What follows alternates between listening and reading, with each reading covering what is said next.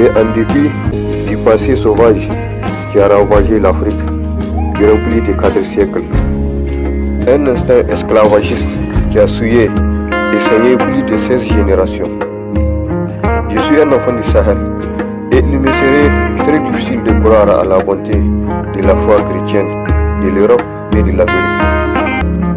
Et j'espère qu'ils auront l'occasion de conforter leur descendance en leur racontant leur prouesse d'esclavagisme moderne. Et je suis sûr que les héros qui donneront leur vie pour l'honneur de la patrie ne se plaindront jamais de leur mort. C'est à croire que les États de la Confédération du Sahel ont tendance à énerver les rêves américains et les caprices européens. C'est à croire que l'Europe et les États-Unis sont l'exemple parfait de la raison pour laquelle les vétos et les cancers qui minent le Conseil de sécurité de l'ONU. Les bases militaires américaines ont fait plus de 20 millions de victimes aux 4 coins du monde juste après la Seconde Guerre mondiale.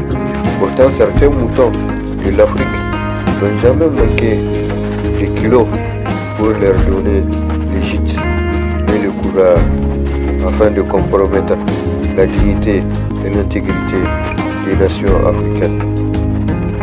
Et même si face à ces terroristes sponsorisés, les Européens et les Américains semblent plus s'occuper à promouvoir l'homosexualité au continent africain plutôt qu'à lui donner les moyens d'endiguer ces fléaux qui a toujours fait le bonheur des multinationales occidentales.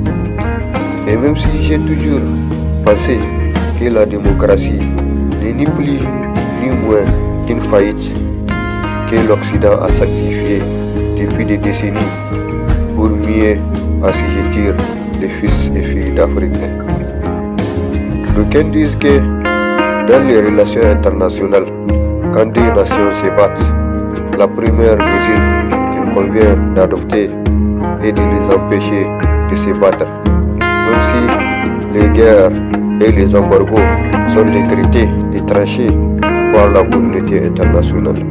Et même si les rêves américains s'est payé dans le sang et la chair, et même si les caprices européens est la conséquence d'un racisme qui a toujours fait battre le cœur de l'Occident.